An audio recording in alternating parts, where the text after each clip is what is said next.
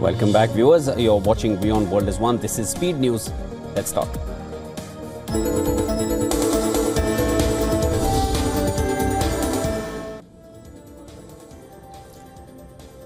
Israeli Prime Minister Netanyahu will hold talks with US President Donald Trump at the White House. The two leaders are expected to discuss issues ranging from the recently announced tariffs by the US President to nuclear threats from Iran.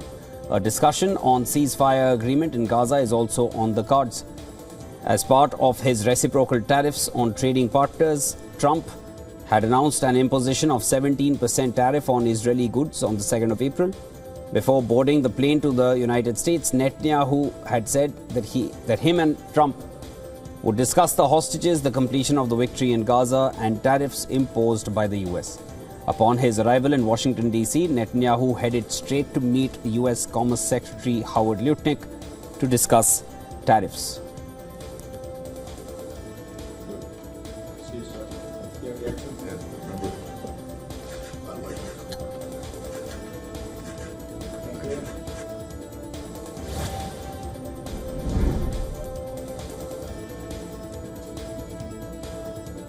The Houthi Health Ministry has said that US airstrikes have killed at least 2 people and wounded 9 others near Yemen's northwestern city of Sada.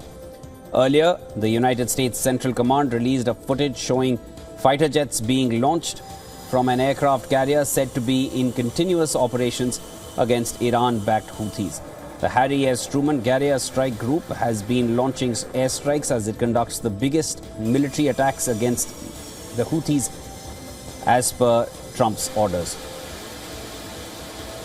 The strikes are meant to force the Iran-aligned Houthis to renounce attacks on shipping in the Red Sea, including against US warships.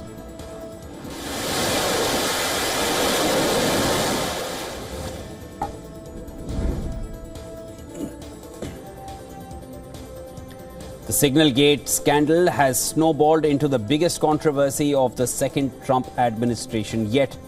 While the President and White House claim that the story is now done and dusted, one big question remains: how was a journalist added to a Signal group chat where plans for US strikes on Yemen were discussed? Now, media reports claim to unravel that mystery. The reports, citing an internal White House investigation, claim that a series of mistakes led to the Atlantic's Jeffrey Goldberg being added to that chat. The investigation found that National Security Advisor Mike Waltz had mistakenly saved Goldberg's number under the contact of someone else several months prior, and that was Hughes.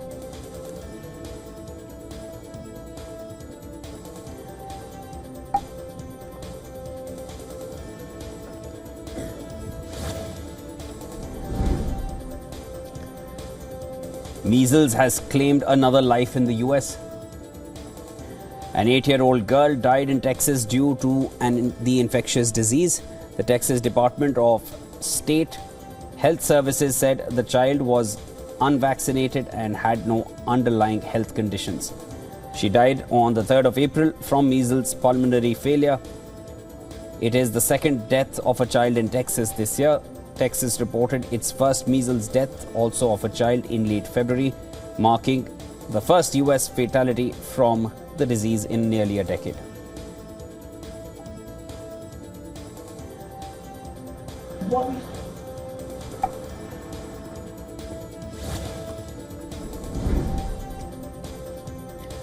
Ukrainian President Volodymyr Zelensky has accused Russia of launching strikes on Ukraine from the Black Sea. In an alleged violation of the Black Sea ceasefire, Zelensky added that Russia would not agree to an unconditional Black Sea ceasefire because it wants to retain the opportunity to strike at Ukrainian cities and ports from the sea. The Ukrainian president also slammed the US for its silence on Russia's rejection of its proposal for an unconditional truce.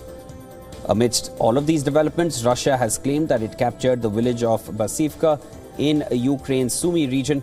However, Ukraine's border guard service has disrupted this Russian claim. It has disputed it and called it a part of Moscow's disinformation campaign.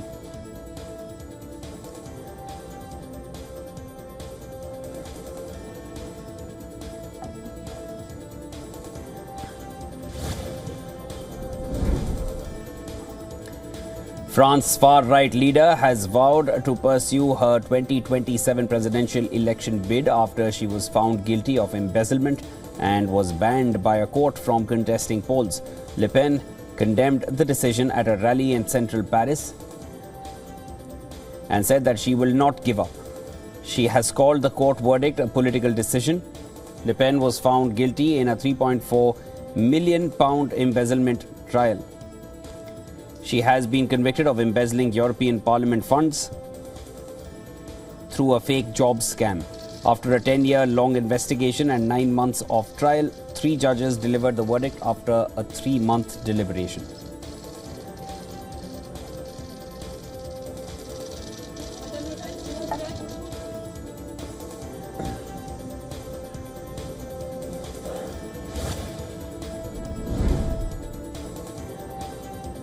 Hamas has launched the largest attack on Israel in months as it fired 10 rockets at southern Israel. While 5 of those 10 rockets were intercepted by Israel's air defenses, the other 5 hit Israeli territories, causing damage and injuries. As per the Israeli Defense Forces, the rockets were launched towards the coastal cities of Ashkelon and Ashdod. They originated from central Gaza's Deir al-Balah. Authorities said that a 30-year-old man was lightly injured by shrapnel, while the other 2 people were hurt while running to shelters. Israeli Prime Minister, who was en route to the US, ordered a strong response.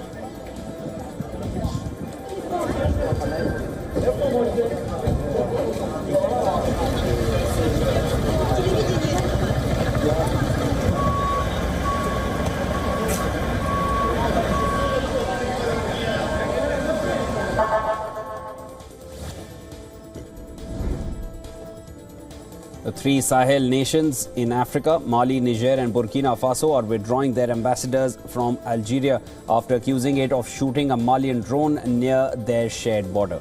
In a joint statement, the 3 military-run African nations said that they energetically condemned the irresponsible act by the Algerian regime. Mali has claimed that the drone wreckage has been found 9.5 kilometers south of the border with Algeria.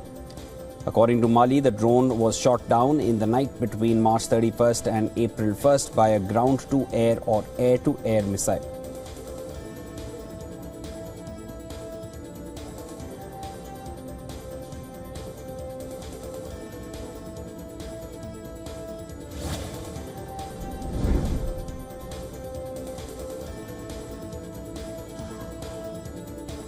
The Dominican Republic's President Luis Abinader has said that he is deploying more troops to the country's border with Haiti, which is suffering a grave security crisis. He has added that he had approved construction of a new section of a wall between the 2 countries, which share the second largest island in the Caribbean after Cuba. He was first elected in 2020 and secured a second term last year. He has made battling immigration a top issue for his administration, conducting mass expulsions. Around 86,400 people were expelled between January and March, after 276,000 were expelled in 2024, according to official data.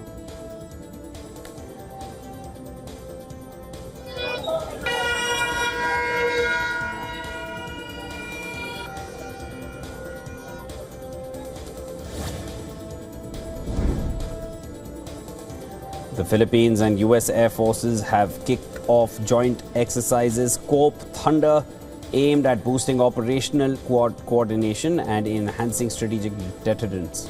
Manila's military has claimed this.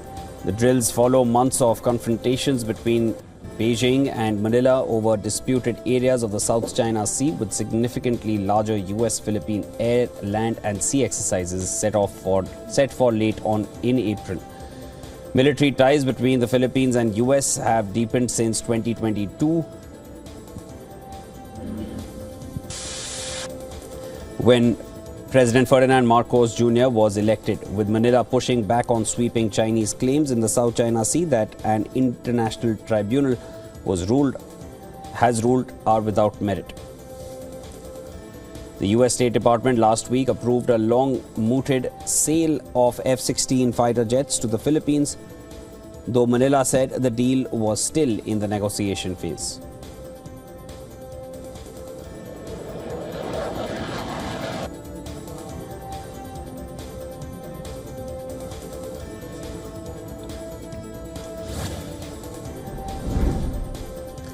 Saudi Arabia has announced a ban on issuance of visas to people of 14 countries, including Bangladesh, Pakistan and India. The ban will be enforced till the conclusion of Hajj pilgrimage in June. The ban includes Umrah, business visits and family visit visas. According to the new rules, Saudi authorities will issue visit and Umrah visas till the 13th of April. After this, no new visas will be issued to anyone from the list of 14 countries.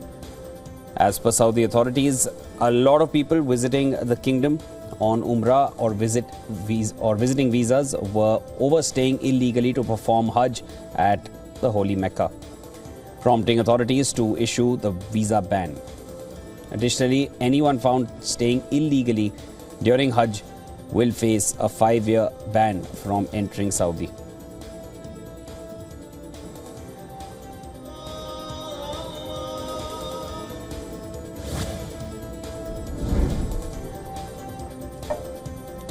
Bangladesh's interim government has granted a license to Elon Musk's Starlink satellite internet service. According to the chairman of the Bangladesh Investment Development Authority, Chaudhry Ashik Mahmood, the license was granted on the 28th of March. The Starlink service will be unveiled at the Bangladesh Investment Summit in capital Dhaka. Elon Musk had met interim leader Mohammad Yunus in February to bring Starlink services to Bangladesh. A statement from Yunus' media office said the Starlink service would create a new opportunity for Bangladesh's youth and remote communities. The development comes days after the US imposed 37% tariffs on Bangladesh as part of Trump's reciprocal tariffs program.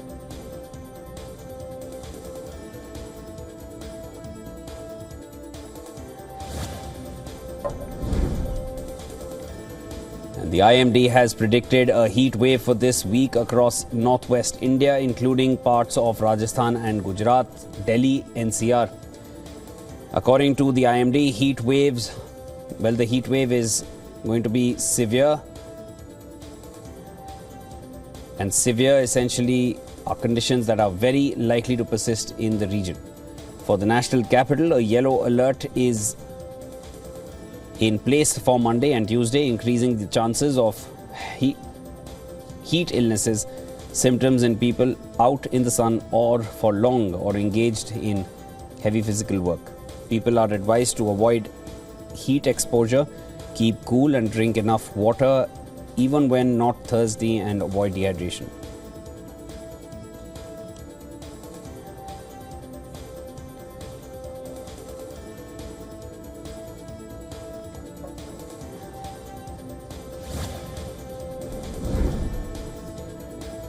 India is projected to meet its fiscal growth target despite disruptions from the US tariffs. This is according to a finance ministry official. While US tariffs may slow India's growth by up to 0.4%, officials emphasize that the impact on India's fiscal health will be limited. India is ready to implement additional measures to support exporters, such as expanding duty remission schemes. India's government has ruled out retaliatory tariffs as trade talks with the US continue.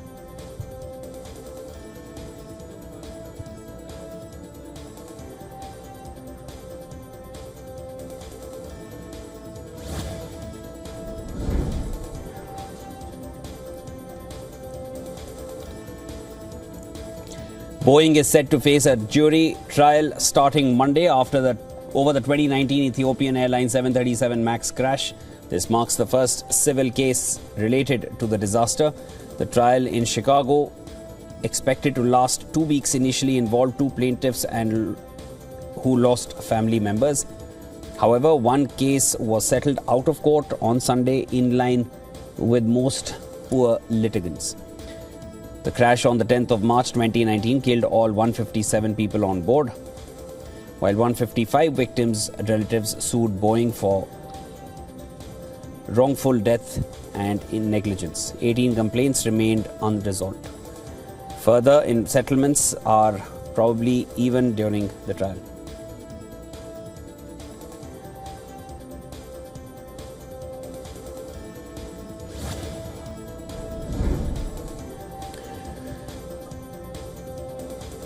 Panic selling rocked global markets as US President Trump doubled down on tariffs.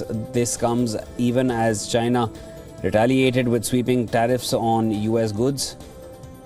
The escalating trade war triggered fears of a global recession, with markets slumping and trade trillions in value being wiped out.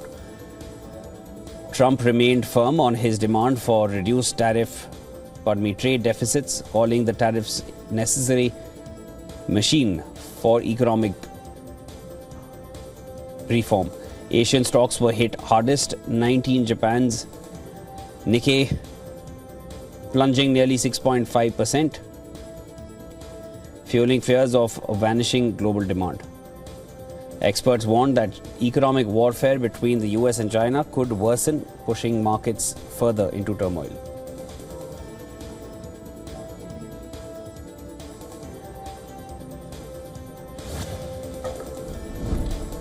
And India's music sensation Diljit Dosanjh and Oscar-winning actor Will Smith's latest Bhangra collaboration is winning hearts on the net. In a viral video, the Punjabi music sensation is seen guiding Will Smith through Bhangra steps to his popular track Case. What follows is pure entertainment, infectious energy, and fantastic dance moves.